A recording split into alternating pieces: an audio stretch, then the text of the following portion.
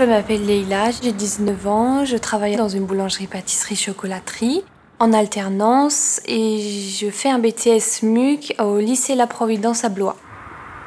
Ma scolarité, je l'ai faite dans une école publique primaire et collège. En troisième, j'ai effectué un stage d'une semaine. C'est là que j'ai découvert vraiment le monde du travail et la vente.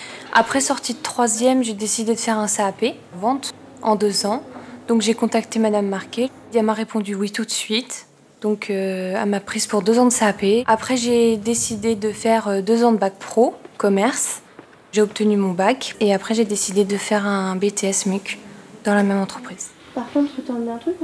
Aujourd'hui, c'est rare qu'une entreprise suive un jeune pendant toutes ces années, mais je pense que on n'a pas rien sans rien. Hein. Donc Leïla a prouvé que son envie, sa motivation, elle a sûrement été très ponctuelle au cours de ces 5 années. Elle a été sûrement un élément moteur dans l'entreprise, force de proposition. Elle est devenue une collaboratrice sûrement indispensable. Hein. Le management. Donc c'est quoi le management? Leïla. Manager une équipe.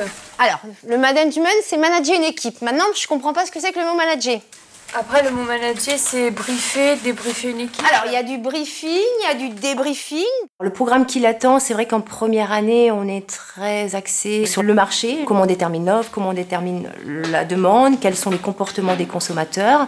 Et en deuxième année, on a un gros pavé management avec tout ce qui est les missions du manager, les outils du manager, le contexte réglementaire, à tout ce qui touche à l'animation d'équipe, la gestion des conflits. Et après, tu ne pourras pas mettre ça aussi détaillé, on est d'accord, hein, tu as 2 pages. Je l'ai fait, oui. Je vous ai pas autant détaillé que j'avais fait ici. Tu me rassures. Je suis un bébé qui est né prématuré à 6 mois. Donc ils ont détecté une cataracte sur les 2 yeux.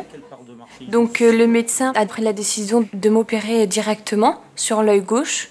Donc après cette opération, ils ont vu que mon œil évoluait pas plus. Au contraire, ça se dégradait.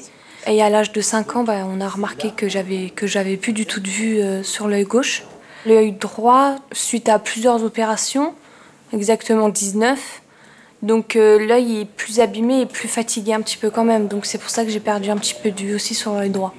Leïla, c'est quelqu'un qui est très réservé, mais qui est très volontaire, qui sait pourquoi elle est là, qui a besoin de se sentir intégrée, qui ne veut pas de favoritisme sous prétexte qu'elle a ce handicap. Au niveau des aménagements, il y a eu déjà, donc tous les cours sont en format A3.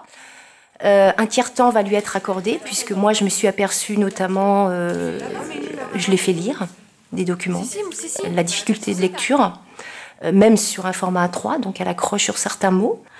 Elle n'a jamais montré qu'elle est handicapée en fin de compte. Par exemple, des fois, en partant en voiture, s'il y a un arc-en-ciel dans le ciel, je dis « Leïla, ah, il y a un arc-en-ciel ». Elle regarde comme ça, elle dit « Ah oui, je l'ai vu ». Après, je dis « Leïla, c'est pas vrai, tu ne l'as pas vu ». « Ah, tais-toi, maman ». Mais elle le faisait. C'est quelque chose qu'elle a tout le temps caché en fin de compte. Elle n'a jamais fait montrer à qui que ce soit qu'elle est handicapée à côté de ses copines, tout ça.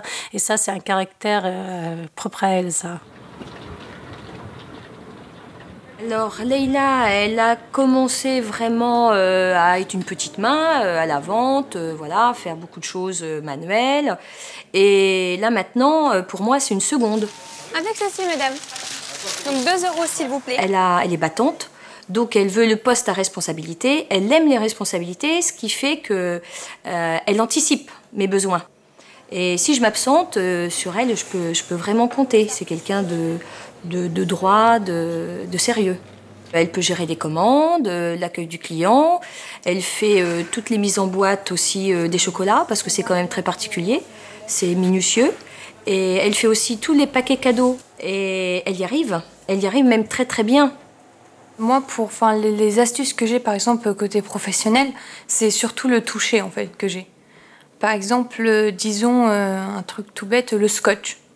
Pour chercher, en fait, généralement, mes collègues, quand je vois, ils trouvent direct que moi, en fait, je le touche et je le fais en fonction du toucher, en fait. Je travaille beaucoup avec les mains. contente ta pâte à choux? Ouais, elle est pas mal, je pense. Elle aime aussi diriger derrière, hein. Dire aux garçons, moi je voudrais bien ça pour le week-end. Ah tiens, l'autre fois vous m'avez fait une nouveauté, j'en reveux. Elle fait son petit chef aussi derrière, des fois, oui, oui. Elle aime bien manager. Ça, c'est son truc. Je pense qu'elle aimera beaucoup manager. Donc elle a beaucoup plus de responsabilités qu'avant. Si, elle s'est donné les ordres, le boulot qu'il y a à faire à toutes les filles. Et non, elle se débrouille bien, je pense. Tout le monde est ami ici, elle essaie de ne pas blesser les gens, mais elle a quand même le ton pour dire les choses, quoi.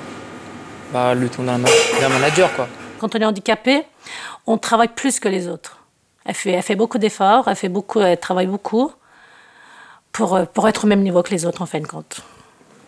J'aimerais me diriger dans le commerce international parce que je suis déjà bilingue, donc français et turc. Et j'aimerais vraiment approfondir l'anglais davantage pour justement être trilingue, pour exercer mon métier de commercial international.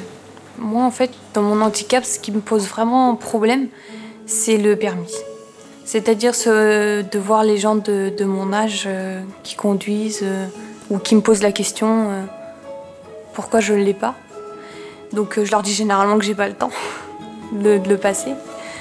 Et non, c'est vraiment prouver aux gens parce qu'il y a beaucoup de gens qui ont dit que je réussirais jamais dans ma vie, que je ferais rien par rapport à mes problèmes de vue. Donc leur montrer vraiment, quand j'aurai tous mes diplômes, d'aller les voir et leur dire que j'ai réussi.